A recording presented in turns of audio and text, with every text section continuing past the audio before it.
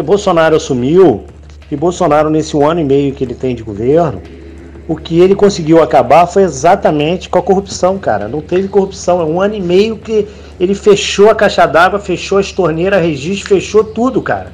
Tá com a chave na mão, não abre e não adianta. Eles tentaram tudo. Quando estourou essa pandemia, aí foi a chance deles poderem roubar tudo, entendeu?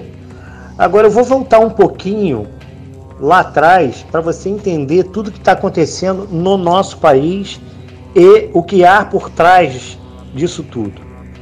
Lá em Tancredo Neves, Tancredo ia assumir, Tancredo era do povo, não sei se você tem idade para isso, não sei a tua idade. Eles assassinaram Tancredo Neves, tanto que a Glória Maria entrou ao vivo comunicando isso, só que gravou ao vivo 30 segundos, tiraram do ar, e aí depois vieram falar que foi um apêndice que estava inflamada e suturada, e ele acabou morrendo disso, mas que nada, ele foi assassinado. A Glória Maria entrou ao vivo e transferiram a Glória Maria para a Europa, ela ficando rica, milionária, porque deram um cala-boca nela. E aí houve um acordo, cara, chamado Conspiração da Tesoura, que a mão da tesoura ficou sendo PMDB, uma parte da tesoura ficou sendo PSDB e a outra parte da tesoura ficou sendo PT. Então eles fizeram um acordo. Logo depois desse acordo, o que aconteceu? Fernando Collor de Mello ganhou a eleição quebrando o elo. E aí o Fernando Henrique impeachmentou ele. Tá lembrado disso? Novamente se fez o acordo da tesoura. E aí o PSDB então ia governar por 8 anos, o PT por 8 anos, voltava novamente o PSDB 8 anos e o PT 8 anos. O acordo era esse. E o primeiro e o segundo escalão ficariam com o PMDB. Esse era o acordo, cara. Esse era o acordo. Olha só como é que a gente estava enganado, né, cara? A gente foi enganado esse tempo todo. E aí, cara, Fernando Henrique então ficou 8 anos, elegeram o Lula, e se você prestar atenção no primeiro mandato do Lula, ele não tirou ninguém do PSDB, da parte de economia. Manteve, por isso a economia, o primeiro mandato dele foi maravilhoso. E aí ele se elegeu no segundo mandato, que explodiu já toda a corrupção no Brasil, que já vinha sendo feita em pequena escala pelo PSDB com o Fernando Henrique, aumentou a escala para o PT, o segundo mandato do Lula aumentou mais ainda, e aí, cara, o Lula e o PT, com o olho grande, quebraram o acordo com o PSDB e o PMDB. Elegeram a Dilma. A Dilma não era para ganhar. A Dilma era para perder pro Alckmin na época. E aí o PMDB e o PSDB ficaram pé da vida com isso, cara. E tentaram romper com o PT. Sendo que aí eles fizeram um outro acordo dizendo que a Dilma perdia na segunda eleição pro Aécio Neves. O que fez? Novamente o Lula rompeu o acordo. O Toffoli era o juiz do TRE. Se você lembra disso, às 19 horas ele fechou tudo, fechou para a imprensa, fechou para todo mundo, ninguém entrava, às 11 horas da noite ele abriu, dando a vitória para Dilma com 54% das intenções de voto. E a gente sabe que não aconteceu isso, o Aécio ganhou, entendeu? E aí, imediatamente, o Fernando Henrique, junto com o PMDB, e o vice da Dilma era o Temer, PMDB, fizeram empechate da Dilma e mantiveram 2 anos do mandato do PMDB com o Temer. A intenção deles era agora normalizar o negócio. O PMDB ganharia 8 anos e o PMDB ficaria 8 anos e o PT ficaria fora. E aí, cara, eles criaram lá atrás, para derrubar o PT, um super-herói chamado Moro, que foi criado por esse mecanismo, pelo mecanismo da tesoura.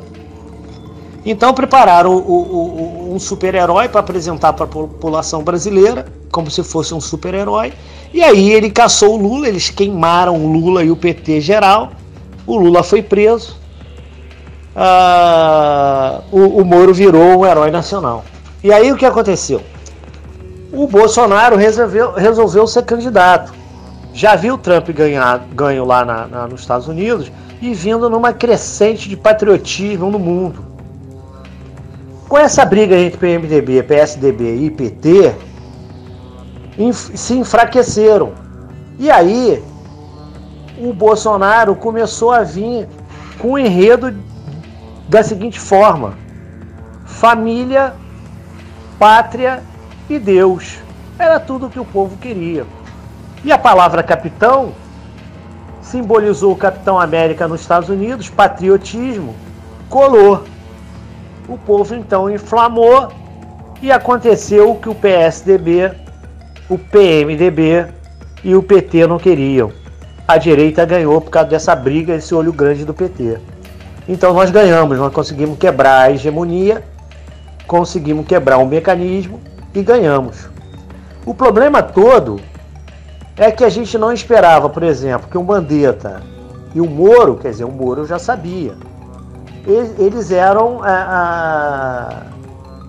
traidores, né? O Mandetta, na verdade, eu já sabia que ele era corrupto, que eu conhecia a história dele do passado.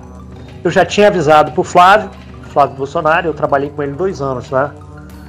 Pedi demissão agora para um novo projeto que eu ia começar, mas esse coronavírus aí me arrebentou, cara. Eu ia lançar um resort lá em Saquarema e por isso que eu pedi demissão do Flávio. Mas eu avisei pro Flávio que o Mandetta era corrupto e já tinha avisado para ele sobre o Bolsonaro não chamar o Moro para trabalhar na justiça, porque você não pode chamar alguém que você não pode demitir, cara. É muito complicado. E só conseguiu quebrar o traidor do Moro porque o exército, a ABIN, descobriu as gravações do Moro e aí não teve jeito, o Moro foi obrigado a sair. Nesse período, aconteceu no meio do ano passado, o mecanismo começou a preparar a queda do Bolsonaro. Como é que eles fizeram? Primeira coisa que eles fizeram foi soltar o Lula. Botou o Lula com prisão domiciliar. Segundo passo nessa mesa de xadrez para derrubar o Bolsonaro, na tentativa de derrubar o Bolsonaro, foi deixar o Lula gravar, autorizado pelo STF, que estava acumulado, a gravar as lives. Ou seja, ele teria acesso à milícia Mortandela. E é o que aconteceu, a milícia Mortandela começou a escutar ele, a esquerda começou a escutar ele agora em lives gravadas. A terceira parte dessa mexida do xadrez para a derrubada do Bolsonaro foi o STF, ter autorizado o Lula para ir visitar o Papa. Aí é que vem a vírgula de quem está por trás disso tudo, que é a nova ordem mundial. Então o que um preso condenado, mais que condenado, né? O cara além de ser condenado em primeira e segunda instância, o cara já foi condenado em outro processo. Ele tem mais 8 processos para ele responder. Liberar um cara desse para ficar em casa, liberar sem tornozelo, liberar para ele fazer live e agora liberar para ele ver o Papa? Porra, ridículo isso, cara. Nenhum lugar do mundo faz isso. O que ele foi fazer na verdade lá? Não foi só ver o Papa. Ele foi no Banco do Vaticano, que é o banco que junta o dinheiro de todos os narcotraficantes do mundo e dos corruptos. Tudo de ruim.com.br. Que é de ruim dinheiro no mundo, tá no Banco do Vaticano, né? E aí o Lula, nessa época, ele encontrou com a Merkel da Alemanha, com o Putin da Rússia, com o Macron da França, que é considerado o anticristo, e com o presidente da China, e o principal de tudo, ele encontrou com Soros, cara. Quando ele voltou aqui pro Brasil, ele já voltou com muita grana. E aí, se você prestar atenção, se você voltar nas matérias, ele mandou chamar todos os governadores do Brasil, fez uma reunião com esses governadores e apenas dos 27, 20 aceitaram participar, recebendo uma fábula de dinheiro. Imediatamente a isso, em novembro, o Dória, Witzel, Caiado, governador do Rio Grande do Sul, Santa Catarina, Pernambuco, Pará, que tinham sido elegidos pelo Bolsonaro, o Bolsonaro que tinha elegido ele, O único que era contra é o da Bahia. Começaram a bater no Bolsonaro direto, novembro, metade de novembro para cá, dezembro inteiro. Dezembro estoura na China o vírus, a Covid-19. Os governadores já sabiam, mantiveram o carnaval para contaminação geral da galera e continuaram batendo de frente com o Bolsonaro direto, porque eles já tinham montado a estratégia de roubo para quebrar o país e para quebrar o Bolsonaro, para poder impeachment o Bolsonaro. Aí, além dos governadores, o Maia entrou em ação, não votando nada que o Bolsonaro, desde o ano passado, nada que o Bolsonaro colocava, ele votava. Chegou a ter 42 processos na mão do Maia e o Maia não votava. Só que eles não esperavam a população reagir. Nós fomos para as redes sociais e batemos muito no Maia. Saiu o Maia de cena e entrou o Alcolumbre. Só que o Alcolumbre é fraco. Apanhou, saiu de cena novamente.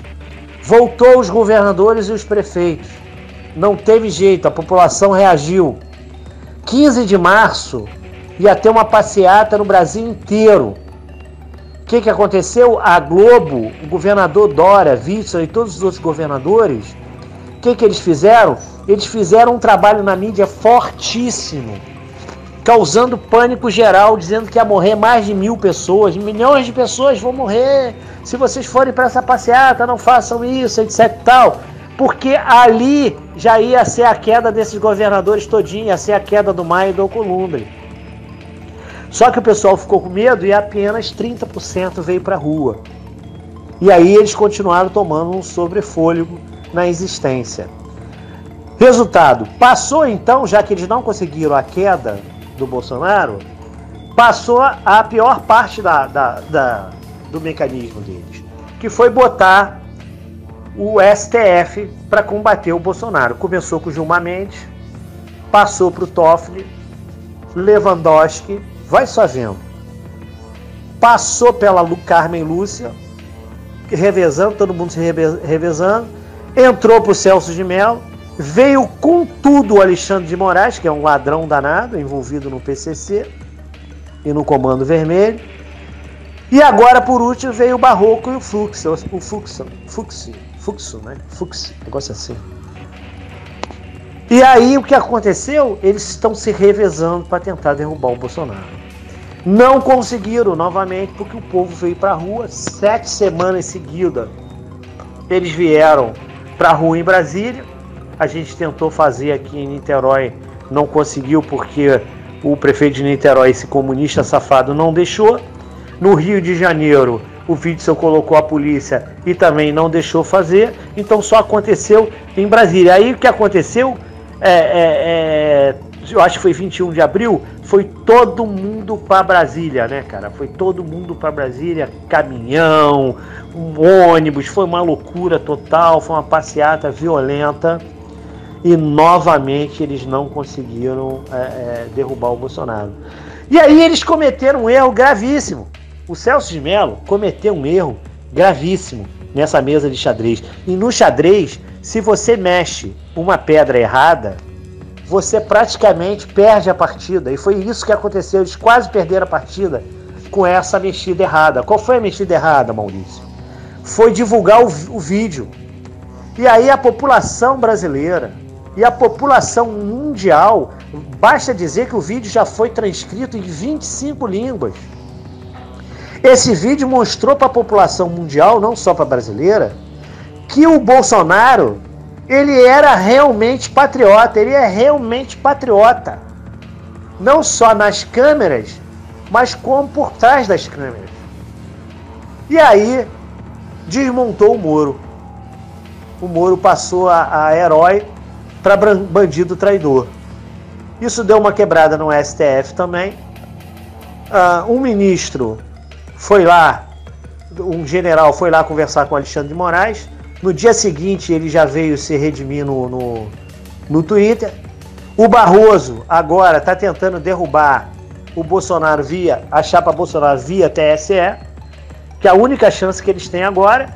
E o último passo deles agora foi botar, através de um dinheiro do Soros, o Antífase. Começou lá no Rio Grande do Sul, passou para São Paulo, Curitiba, e domingo agora vai ser em Brasília e vai ser aqui no Rio de Janeiro também. Vai ser em Brasília, no Rio de Janeiro. O presidente da torcida do Flamengo, Jovem Flá, já convocou a torcida do Flamengo toda, porque ele é um marginal descarado.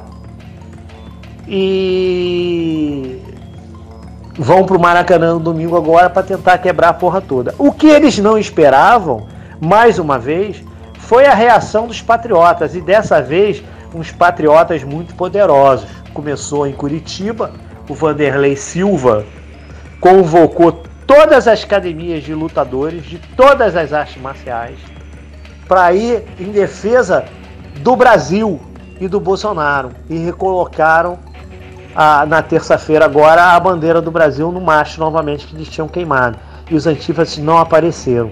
Já foi convocado aqui no Rio de Janeiro também os lutadores de todas as academias, e em Brasília também. E domingo o pau vai cantar, irmão. Domingo vai ser uma guerra que eu vou te contar um negócio. Vai ser uma guerra violenta domingo. O pau vai cantar, vai ter morte. Com certeza, com certeza. O pau vai cantar feio e a gente não vai recuar, cara. A gente vai tentar destruir esses caras aí.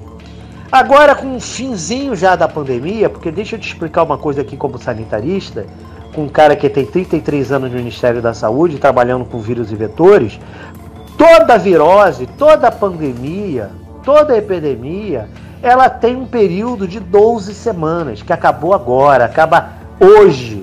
Completam 12 semanas hoje. Ela bate de 12 a 15 semanas, entendeu? Então o que acontece? É uma tendência a essa virose ela cessar, porque mais de 70% da população já foi atingida. Basta ver que foi descoberto agora em São Paulo que os hospitais estão todos vazios. Invadiram lá e descobriram que os leitos estão todos vazios. Estavam falando que não tinha vaga para ninguém, não tinha vaga para ninguém, mas descobriram que os leitos estão vazios.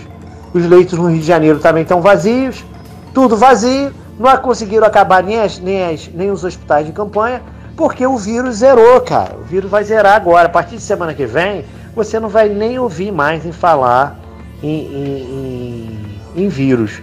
Qual é a estratégia agora? A estratégia antiga? Fique em casa, para eles poderem apavorar e roubar. Qual é a estratégia agora? Vem pra rua e quebra a porra toda. Essa é a estratégia. Para tentarem derrubar o governo central.